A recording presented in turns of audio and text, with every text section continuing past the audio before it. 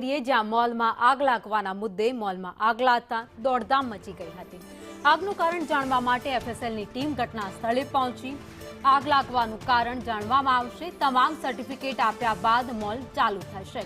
2 મહિના સુધી બંધ રહી તેને સીલ મારવામાં આવ્યું છે અને અત્યારે સમગ્ર મામલે તપાસ હાથ ધરવામાં આવી છે। ગઈકાલે સિને મોલમાં આગનો બનાવ બન્યો હતો। ઘટનામાં કોઈ મોટી જાનહાનિ નહોતી થઈ। બપોરે અચાનક જ મોલમાં આગ લાગી ગઈ હતી। બાજુમાં આવેલ પેટ્રોલ પંપનું વીજ કનેક્શન કાપી નાખવામાં આવ્યું છે।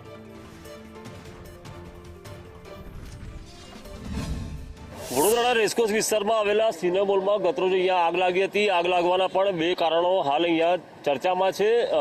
2 થિયરી છે અને હાલમાં જે રીતે એફએસએલની ટીમ પોલીસની હાજરીમાં આવી છે, અમુક લોકોનું એવું કહેવું છે કે પહેલાં આજે એસી હોય તેના આઉટરમાં આગ લાગી હતી અને ત્યારબાદ તેની અગનજ્વાળાઓ કાર ઉપર પડી અને કારમાં બ્લાસ્ટ થયા બાદ આ આગ વધુ પ્રસરી હતી તેવું કહેવામાં આવી રહ્યું છે। તો બીજી થિયરી એવી છે કે આ જે 2 પાર્ક કરેલી કાર છે, આ કારમાં બ્લાસ્ટ થયો અને તેને કારણે આજે મોલનો એક ભાગ છે તે અગનજ્વાળાઓમાં લપેટાઈ ગયો હતો, નાસભાગ મચી હતી। કાલે વાસી ઉત્તરાયણ હતો, મોલમાં પાકી હાજરી હતી। બીજી તરફ બાજુમાં આવેલો પેટ્રોલ પંપ છે તે પણ કાલે વાસી ઉત્તરાયણના કારણે બંધ હાલતમાં હતો, એટલે મોટી દુર્ઘટના ટળી છે, કોઈ જાનહાનિ થઈ નથી। પરંતુ હવે આ મોલ શરૂ થવામાં લગભગ દરેક સર્ટિફિકેટ સહિતની જે કાયદેસરની કાર્યવાહી કરવામાં લગભગ 2 મહિનાથી વધુનો સમય લાગી જશે। પોલીસ હવે તમામ એંગલથી તપાસ કરી રહી છે કે આ આગ કઈ રીતે લાગી હતી।